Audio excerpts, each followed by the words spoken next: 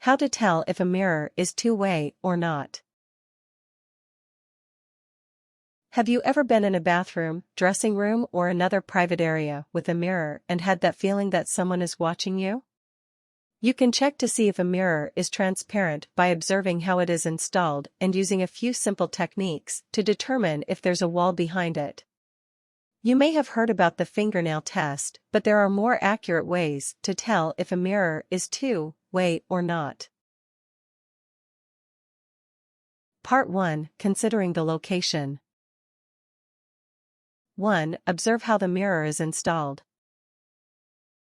Notice if the mirror seems to be hanging on the wall or if it's part of the wall itself. If it appears to be hanging, try to look behind it and see a wall. If the mirror seems to be part of the wall itself, there's a good chance it's a two-way mirror, which must be set into the wall rather than hung onto it. That way, people standing on the other side of the wall can observe someone looking in the mirror. A two-way mirror is a piece of glass coated with a substance called micropane. If you stand on the treated side, you see your reflection, but the untreated side looks like a tinted window. If you see a wall behind the mirror, it's a good bet that it's nothing more than a regular mirror. 2. Check out the lighting. Look around and determine whether the lighting seems extraordinarily bright. If so, you might be looking at a two-way mirror. However, if the light in the room is relatively dim, and you can't immediately see through the mirror, it's probably just a standard mirror. For a two-way mirror to be effective, the light on the mirrored side needs to be 10 times brighter than the light on the other side. If the lighting is any dimmer, it's possible to see through the glass to the observation area. 3. Consider where you are.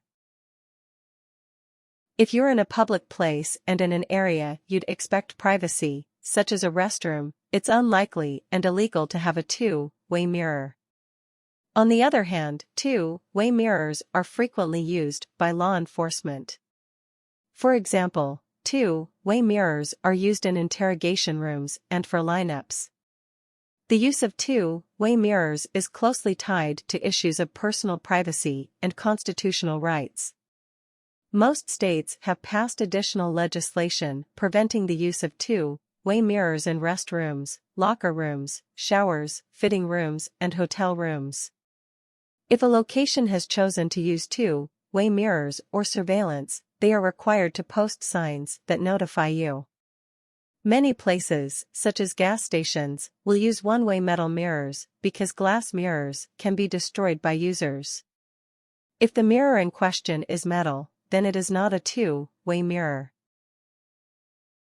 Part 2. Examining the mirror. 1. Try to peer through the glass. Press your face up to the mirror and cup your hands around it, creating a dark tunnel to block out as much light as possible. When you do this, if the light in the observation room is at all brighter than the light on your side of the mirror, you should be able to see something beyond the glass. 2. Shine a light on it.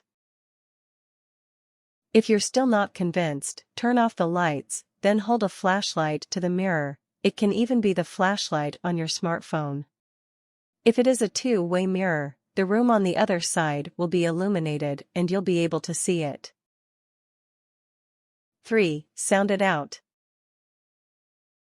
Tap on the surface of the mirror with your knuckle. A normal mirror will produce a dull, flat sound since it's placed in front of a wall. An observation mirror will produce an open, hollow, and reverberating sound because there is an open space on the other side.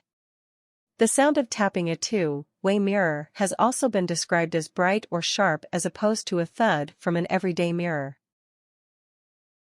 4. Perform the fingernail test. While not completely accurate, you can use your fingernail to determine if the mirror is a first or second surface mirror.